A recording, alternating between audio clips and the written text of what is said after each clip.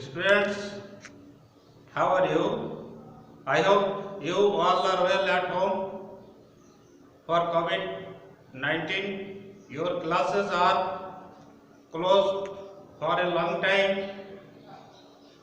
You are staying at home safely. For COVID-19, always use mask, hand gloves, wash your hand with soap and maintain social distance. Today, our class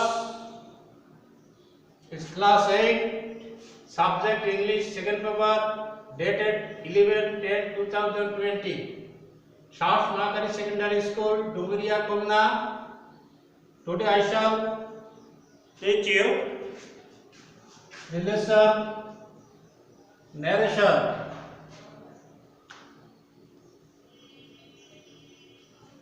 Narration.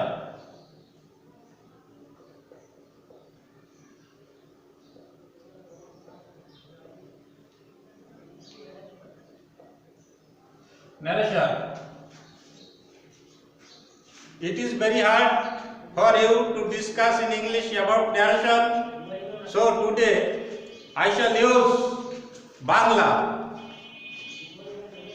You will realize my speech easily if I use Bangla in this class. It is very difficult for you to realize if I use English in class because you are in class 8. Narration means in Bangla ukti. और আমরা বলতে পারি narration কে আমরা উক্তি বলতে পারি। উক্তি কাকে বলে? কোনো কিছু বলাকে narration বলে। কোনো কিছু বলাকে narration বলে। কোনো কিছু বলাকে বা কোনো কিছু উক্তি করাকে narration বলে। কোনো কিছু বলাকে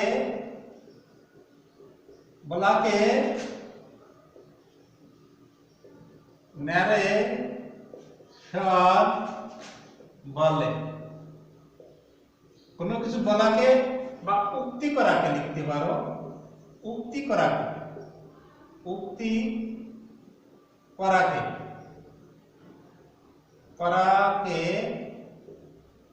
বা উক্তি করাকে narration বলে। ও এখানে বলাকে বা উক্তি করাকে narration বলে।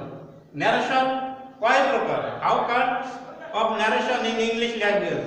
দুই প্রকার। narration বা স্পিচ দুই প্রকার।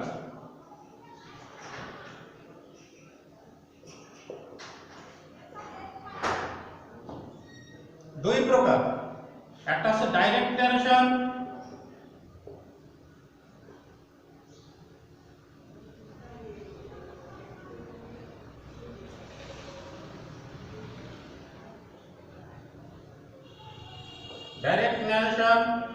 আর একটা হচ্ছে ইনডাইরেক্ট narration। ইনডাইরেক্ট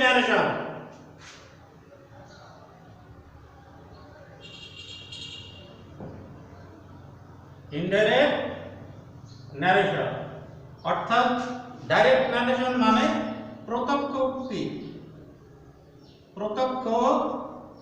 উক্তি ডাইরেক্ট স্পিচ মিন্স। আর এটা হচ্ছে পরোক্ষ উক্তি। ডাইরেক্ট narration কাকে বলে? ডাইরেক্ট narration বক্তা যখন তার কথা হুবহু তুলে ধরে। তখন আমরা তাকে ডাইরেক্ট narration বলব। সুতরাং শিক্ষার্থী বন্ধুরা, তোমরা এই ডাইরেক্ট narration আর ইনডাইরেক্ট narration দেখছো। এটা এখন আমি definition Dev. I shall give definition of direct narration and indirect narration. Clear the board now. The space of whiteboard narrow, so clear the blackboard now. Direct narration. বক্তা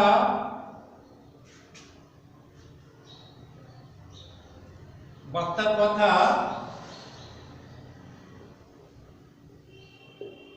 কথা হুবহু তুলে ধরাকে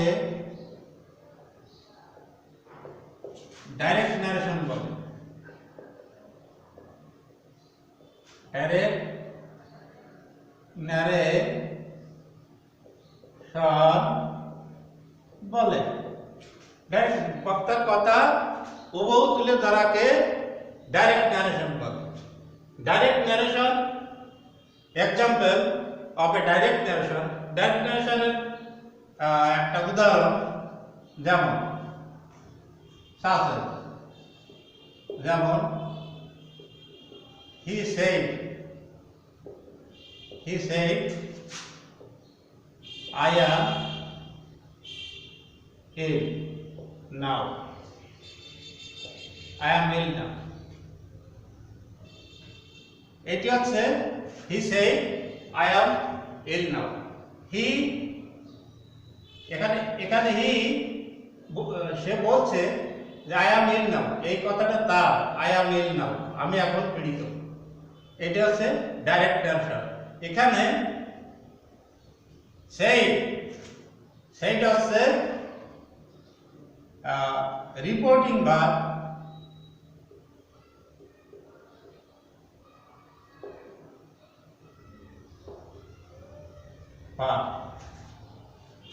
আর I am ill now এটি হচ্ছে reported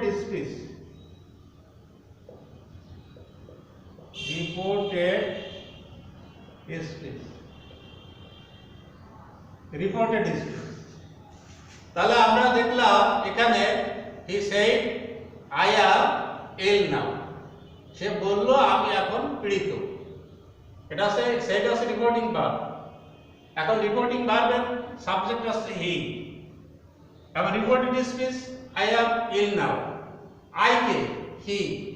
এখানে একটা বিষয় খেয়াল করার বিষয় আছে, এই প্রোনাউন গুলো পরিবর্তন হয়। যদি রিপোর্টিং ভার্বের সাবজেক্ট যদি থার্ড পারসন হয় তাহলে ইট উইল বি চেঞ্জ, এরা পরিবর্তন হবে according to the subject of reported speech. এই রিপোর্টেড স্পিচের সাবজেক্ট অনুসারে পরিবর্তন হবে, অর্থাৎ এখানে এই অনুসারে, অর্থাৎ এই কে চলে যাবে এই। তাহলে এখানে একটা বিষয় আরেকটা বিষয় খেয়াল করার বিষয়, যদি এখানে এই যে রিপোর্টিং ভার্ব যদি সেড হয় তা I am ill now, এটা হচ্ছে প্রেজেন্ট ইনডেফিনিট টেন্স, এটা করসপন্ডিং পাস্ট টেন্স হবে। যেহেতু এটা প্রেজেন্ট টেন্সের আছে, এটা পাস্ট টেন্সের হবে এই রিপোর্টেড স্পিচটি।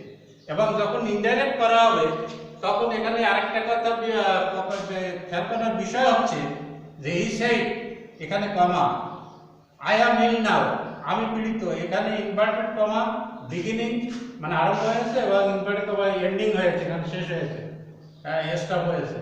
এবং এই কোটেশন মার্কের ভিতরে, কোটেশন মার্ক বা ইনভার্টেড কমা উদ্ধৃতি চিহ্ন, বাংলায় আরেকটা বলে উদ্ধৃতি চিহ্ন, এই উদ্ধৃতি চিহ্ন ভিতরে থাকে, কোটেশন মার্কের ভিতরে বা ইনভার্টেড কমার ভিতরে থাকে। এবং যখন ইনডাইরেক্ট করা হয় তখন এটা করসপন্ডিং পাস্ট টেন্স হবে। সাবজেক্ট রিপোর্টেড স্পিচের সাবজেক্টও অ্যাকর্ডিং টু রিপোর্টিং ভার্ব বা সাবজেক্ট অফ রিপোর্টিং ভার্বের অনুসারে এটা পরিবর্তন হবে। এবং এইগুলো অ্যাসার্টিভ সেন্টেন্স হয়ে যায়। I am ill now, এটা আছে অ্যাসার্টিভ সেন্টেন্স, এটা তখন এইগুলো করসপন্ডিং পাস্ট হয়ে এই কমার এইগুলো উঠে যাবে। এবং এখানে লক্ষণীয় বিষয় দেখো, এখানে লক্ষণীয় বিষয় যে এইটা যদি করা হয়, এটা যদি ফ্রম ডাইরেক্ট টু ইনডাইরেক্ট করা হয়, আবার আমার ইংরেজি সেটা হচ্ছে ফ্রম ডাইরেক্ট টু ইনডাইরেক্ট করা হয়, তাহলে he said সেই এখানে দ্যাট আনতে হয়, অ্যাসার্টিভ সেন্টেন্সের মাঝে দ্যাট আনতে হয়, মানে রিপোর্টেড স্পিচ এবং রিপোর্টিং স্পিচ, এটি হচ্ছে রিপোর্টিং স্পিচ, মানে এর মাঝে দ্যাট আনতে হয়। মানে অ্যাসার্টিভ সেন্টেন্স হলে করসপন্ডিং তাহলে হি, আর তাহলে এম হবে না, এখানে হবে হি পরে ওয়াজ ই, আর এখানে নাও আছে, এই নাও হবে দেন, নাও দেন হবে। তার কারণ নৈকট্যবাচক শব্দ দূরত্ববাচক শব্দে পরিবর্তন হয়ে যায়। তাহলে নাও হয় দেন, হেয়ার হয় দেয়ার, হেন্স হয় দেন্স, টুডে হয় that day, tomorrow the following day বা নেক্সট ডে, তারপরে yesterday the previous day, last night the previous night, এইরকম করে পরিবর্তন হয়। অর্থাৎ নৈকট্যবাচক শব্দ তারপরে কাম তাকলি গো হয়, এই জায়গায় পরিবর্তন হয়। এখন এইটা আমরা, এটা হচ্ছে ইনডাইরেক্ট স্পিচ। ইনডাইরেক্ট স্পিচ আমরা কাকে বলতে পারি? এটা হচ্ছে ডাইরেক্ট, এইটা হচ্ছে ডাইরেক্ট স্পিচ। আর এইটা খেয়াল করে দেখো, এখানে সে কমাও নেই, উদ্দিষ্ট ছিল এবং দ্যাট এখানে যুক্ত হয়েছে, কনজাংশন হিসেবে যুক্ত হয়েছে মাঝে, এখানে ঠিক দ্যাট বসছে এবং এটা করসপন্ডিং পাস্ট টেন্স হয়েছে, এই আইয়ের পরিবর্তন হয়েছে এবং এটা সম্পূর্ণ আরেকজনের ভাষায় বলা আছে। এই ভাষাটা আই অ্যাম ইল নাও, হি ওয়াজ, এইজন আরেকজন ভাষান্তকারীর ভাষায় বর্ণনা করেছে, আরেকজন বলছে এই কথাটা, তার কথাটা আরেকজন বলে দিচ্ছে। তা তখন বক্তা তার নিজের কথা না বলে অন্য কোনো কারো কথা, তার কথা ব্যক্ত করা হয়, তখন তাকে ইনডাইরেক্ট স্পিচ বা ইনডাইরেক্ট ন্যারেশন বলে। বক্তার কথা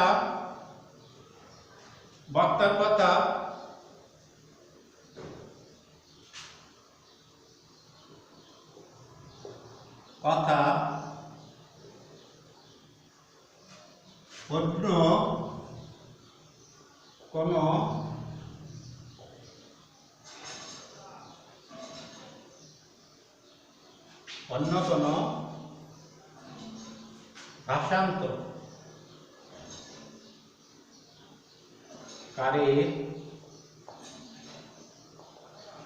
ভাষায়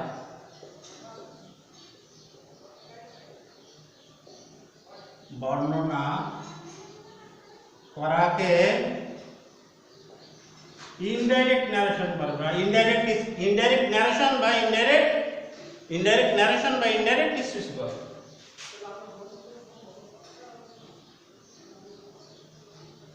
স্পিচ বলে। যেমন এখানে উদাহরণ দিয়েছি, যে যেমন উপরের ওই উদাহরণটা তুমি দিতে পারো, হি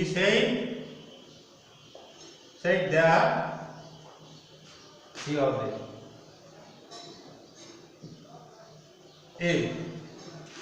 এখন আমরা জানি যে ন্যারেশন করার জন্য আমাদের according to meaning, how many kinds of sentence according to meaning, অর্থভেদে সেন্টেন্স কয় প্রকার? আমরা জানি যে অর্থভেদে সেন্টেন্স 5 প্রকার: assertive sentence, interrogative sentence, imperative sentence, optative sentence এবং এক্সক্লামেটরি সেন্টেন্স। তোমাকে অবশ্যই শিক্ষার্থী বন্ধুরা, তোমাকে অবশ্যই এই 5 প্রকার সেন্টেন্স সম্পর্কে ধারণা রাখতে হবে, টেন্স সম্পর্কে ধারণা রাখতে হবে এবং প্রোনাউন এর সেন্স সম্পর্কে ধারণা রাখতে হবে। তারপরে করসপন্ডিং পাস্ট টেন্স কি হবে এ সম্পর্কে তোমার ধারণা রাখতে হবে, তাহলে তুমি ভালোভাবে ন্যারেশন করতে পারবে। যেমন এইটাকে যদি আমি একটু পরিবর্তন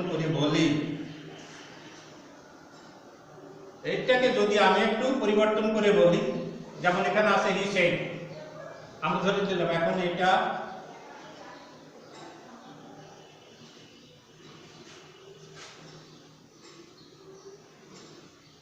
বুঝে দিলাম। এখানে যদি থাকতো he said to me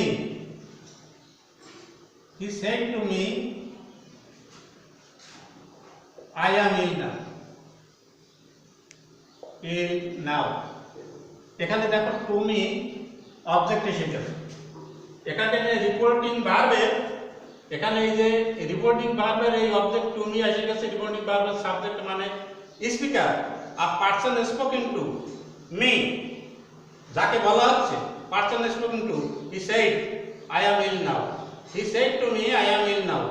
এখানে দেখো এইটা এই যে এখানে সেড আছে, এখানে সেড টু সেড, এখানে যে সময় তুমি কোনো অবজেক্ট থাকছে না সাইডে, এই সেড সে সময়টা এটা হচ্ছে ইনট্রানজিটিভ ইনট্রানজিটিভ ইনট্রানজিটিভ সাবজেক্ট, এই ভার্ব ইনট্রানজিটিভ ভার্ব। কিন্তু সেড টু দিলে তখন ট্রানজিটিভ ভার্বের ফাংশন, এটা transitive verb, transitive verb, transitive verb, transitive ভার্বের ট্রানজিটিভ ভার্বের ফাংশন এসে যায় এখানে। ট্রানজিটিভ ভার্বের ফাংশন এসে যায় ট্রানজিটিভ ভার্ব। কিন্তু যখন সেইড থাকে, শুধুমাত্র সেইড, এর পরে কোনো অবজেক্টের আসলে ইনট্রানজিটিভ ভার্ব হিসেবে ব্যবহৃত হয়। শিক্ষার্থী বন্ধুরা, তাহলে এইটা এই কাজে করা যায়। সেইডের পরিবর্তে তখন আমি কি আনতে পারি, এই সেইডের পরিবর্তে তখন টোল্ড ব্যবহার করতে পারি, আদারওয়াইজ নট। যদি এর পরে যদি এই অবজেক্ট না থাকে তা টোল্ড ব্যবহার করা যাবে না। হি টোল্ড মি, এখানে টু আসবে না, that he told me, he told me that,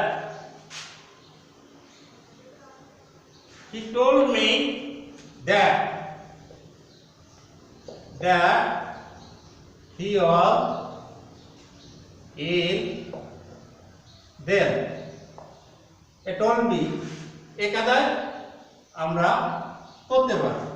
কিন্তু আরেকটি কথা হচ্ছে, যখন যদি এটা ইন্টারগেটিভ সেন্টেন্স হয় তখন আমরা কি করব, এখানেও একটা আছে interrogative sentence.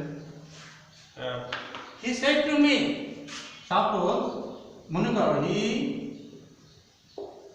said to me, how are you, how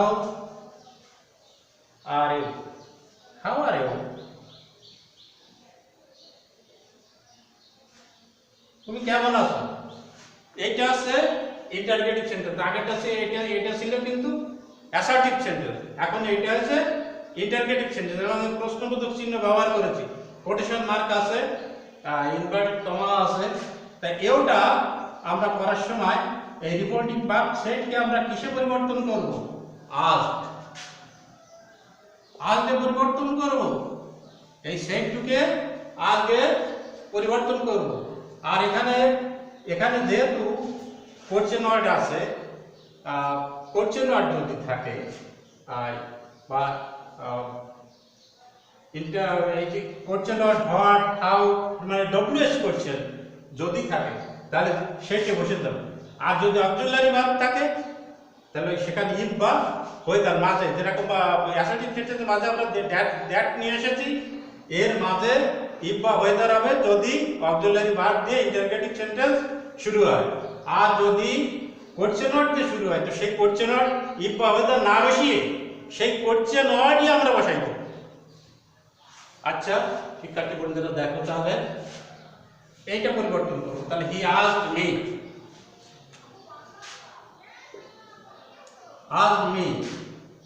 how বসাই দিতে হবে, যেহেতু এটা ডব্লিউএস কোশ্চেন আবার কোশ্চেন ওয়ার্ড। ইউ তাহলে ইউ যদি থাকে এখানে, হাউ আর ইউ, তাহলে ইউ মানে কি, এইটা পরিবর্তন হবে এই রিপোর্টিং ভার্বের অবজেক্ট অনুসারে, যদি সেখানে সাবজেক্ট সেকেন্ড পারসন হয়, যদি সাবজেক্ট সেকেন্ড পারসন হয় তাহলে হাউ, আই এখানে করসপন্ডিং পাস্ট টেন্স হবে ওয়াজ। এবং এটা এখানে দেখো এই চিহ্ন সব উদ্ধৃতি চিহ্ন বা কমা কিছু নেই, জিজ্ঞাসা চিহ্ন, এটা অ্যাসার্টিভ হয়ে গেছে। সুতরাং আমরা এই কায়দায় করব এবং এরপরে তোমরা অন্যগুলো পড়বে, অর্থাৎ ইন্টারগেটিভ, অপারেটিভ, ইম্পারেটিভ, এক্সক্লামেটরি। আমরা ইন্টারগেটিভ করব, তোমরা ইম্পারেটিভ, অপারেটিভ, এক্সক্লামেটরি তোমাদের হোম টাস্ক থাকলো। হোম টাস্ক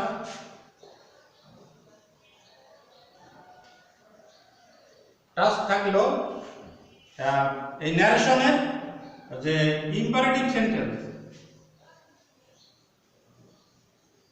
টিপ সেন্টেন্স, অপারেটিভ সেন্টেন্স আর এক্সক্লামেটরি সেন্টেন্স।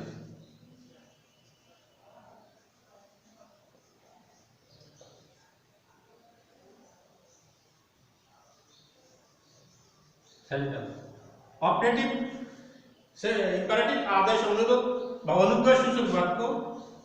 অপারেটিভ সেন্টেন্স ইচ্ছা বা প্রার্থনা সূচক বাক্য। আর এক্সক্লামেটরি মানে আবেগ বা বিস্ময় সূচক বাক্য। এইগুলো তোমরা এই প্রকারটা পড়বে এবং এই ন্যারেশন আমি যেটা দিয়েছি এটা পড়বে। তবে এখানে একটা ঘটনা আছে, অপারেটিভ সেন্টেন্সে রিপোর্টিং ভার্ব, এই ইম্পারেটিভ সেন্টেন্সে রিপোর্টিং ভার্ব সেটের পরিবর্তে এখানে অর্ডার, রিকোয়েস্ট, অ্যাডভাইস, ফরবিড ইত্যাদিতে কমান্ডেড এগুলোতে পরিবর্তন করা হয়। আর অপারেটিভ সেন্টেন্সে উইল বা প্রেতে পরিবর্তন করা হয়। আর এক্সক্লেমেটরি সেন্টেন্সে exclaimed with joy, exclaimed with sorrow, exclaimed with grief এই কাদায় করা হয়। তো তোমরা বাড়ি এই 5 প্রকার সেন্টেন্স সম্পর্কে পড়বে এবং এই ন্যারেশনের ডাইরেক্ট স্পিচিং গ্রামারে তোমাদের যে এলসিটিভি গ্রামার আছে বইতে সুন্দর করে দেওয়া আছে, তোমরা ওইটা পড়বে। আজ তোমাদের এখানে শেষ করছি। সবাইকে ধন্যবাদ। আই এম মধুসূদন ডালি।